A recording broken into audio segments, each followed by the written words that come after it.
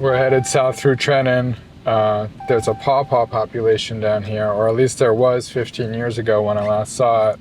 I want to see if it's still around. It's starting to rain, but it shouldn't be too bad. Is this our spot? This is a Trenton sewer utility, actually, so it's nearby our spot. Yeah, but hopefully it's not exactly our spot. But yeah, you get the kind of flavor of the area. Definitely the kind of place where you go looking for a rare plant species, right?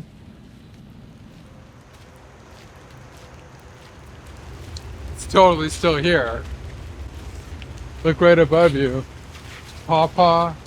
There's fruits forming over here.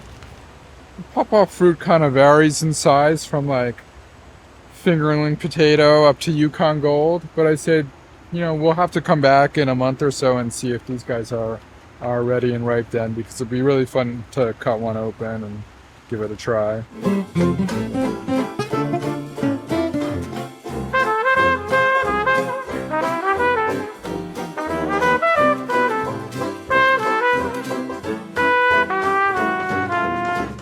The first time I saw pawpaw out in the wild, I just kind of stumbled across the population and I saw these huge tropical looking leaves. What is that? It looks a little bit like spicebush if spicebush had leaves twice as long, or maybe like a hickory if it had alternate leaves like these. But really, it just looks like this big, lush tropical plant. And, it's an apt observation because this comes from a group of plants, a group of tropical trees and shrubs.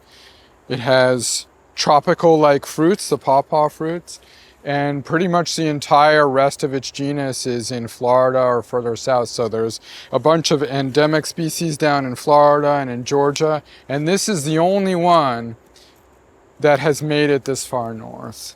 This is what pawpaw is good at doing. It's good at spreading colonially. So one plant will germinate and it'll send out root runners all over the place. That's what we're seeing all here. These aren't all different seedlings. These are probably all part of a clone. One big pawpaw plant with many different stems. So what happens when pawpaw needs to go from this clone and find another spot, germinate somewhere else? Well, something's got to take this big fruit and ingest the whole thing and then defecate out the seeds somewhere at a remove from this so that pawpaw can travel. I don't know whether it would be tapirs or peccaries or musk oxen or mammoths or mastodons, giant beavers, giant ground sloths, but somewhere along the way, pawpaw lost its wildlife partner, its primary dispersers. What else happened at around that time though is we had either the arrival or an increase in the human population in this area. And we have been the evolutionary partner with this plant for the last 10 to 12,000 years. The thing about pawpaw is it doesn't have the best seed dispersal mechanism of all time.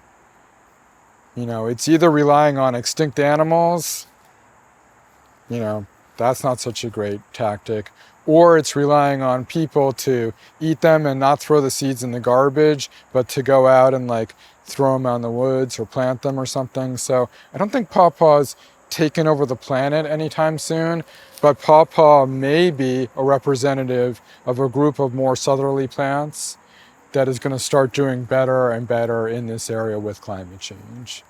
I wouldn't really call this ripe. I mean, even the wildlife that ate all the other ones didn't want to eat that one.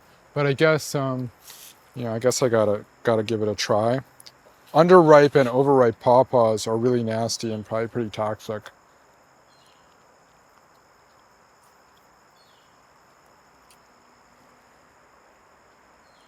No, actually that's not bad. Actually, that's pretty good.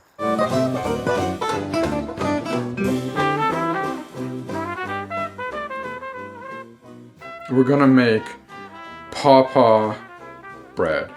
Banana bread with pawpaws, basically. So here's some nice pawpaws from our trees here at Wild Ridge. check this out. These are looking amazing. I'm gonna go ahead and pick the whole cluster. We planted our trees 8 years ago or so, so this is the second year that we're getting pawpaws here at the farm. You should not use any of the footage from Trenton where I say that I don't like pawpaws. That looks good.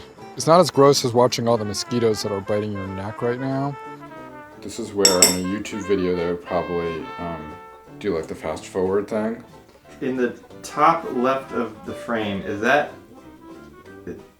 like Revenge of the Apes? What is that picture?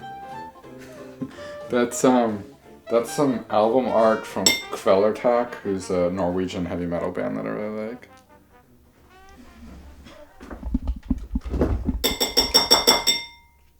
This is a big adventure. I don't do a lot of baking. I do bake birthday cakes because the birthday cakes from stores and stuff are disgusting. I don't know what they use for icing, but it's like this weird plastic. Why can I not go to the grocery store and buy pawpaws? That's a great question. Let me show you something. Here's a pawpaw that I harvested about a week ago and I put in my fridge. That's nasty. Like, it's all soft and gushy. And pawpaw's a special fruit that if you want it, maybe you gotta grow it yourself.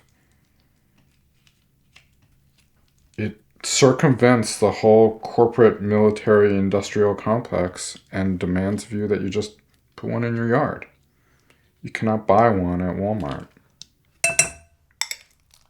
I got this recipe on the internet because I was literally too lazy to just go and grab The Joy of Cooking or the Fanny Farmer cookbook from the shelf and look up a banana bread recipe and just substitute pawpaw. But I'm pretty sure this is just a banana bread recipe with pawpaw substituted in. You know how you look for a recipe online and it'll be like, oh, 4.9 stars, and you'll scroll down on your phone and it's just like millions of ads, and then there's this whole like long thing about like, I first met Pawpaw right after my fiance and I traveled to Tuscany for the first time. And then it talks about fucking Tuscan spices and wine for like 6 things so that they can fit in 12 more ads for like really dubious things on the internet. Can I just find out how much like butter I need for this so I can go down to the freezer and get the right amount of butter?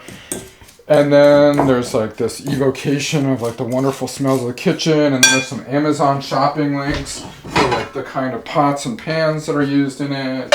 And they say, you know, click my affiliate link and support it. I just want to find out how to fucking cook pawpaw bread.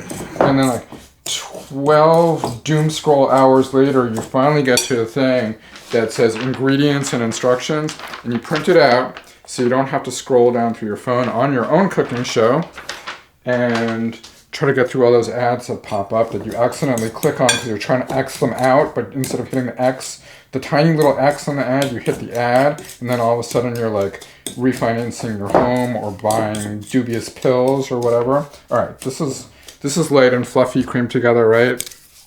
Whisk together flour, baking soda, and salt. Set aside. I already did that. Instead of a whisk, I actually used this, which is from Rachel's grandmother or something. That's old-timey. 1 egg.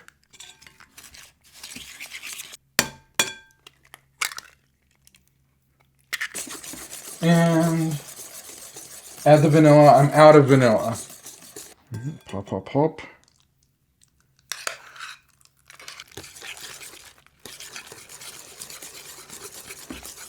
Mix only until the flour is incorporated. Don't overmix.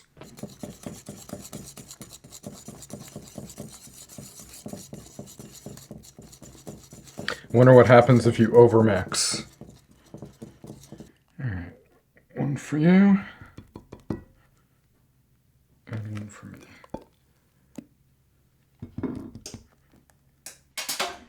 All right.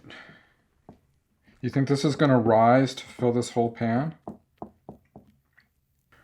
That was exhausting work, folks, and we're about to put the pawpaw bread in the oven. Loaf number 1. I think this one's going to be best in the stoneware. And the second one.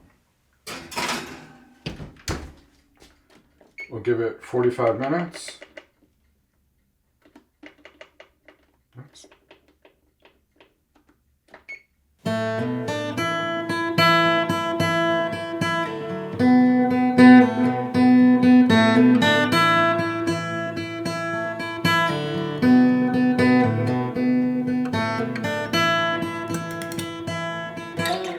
They're pretty dense.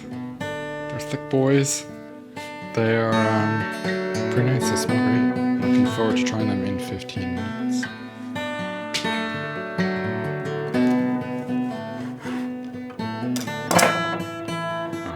Steamy. They didn't rise very much. Dense.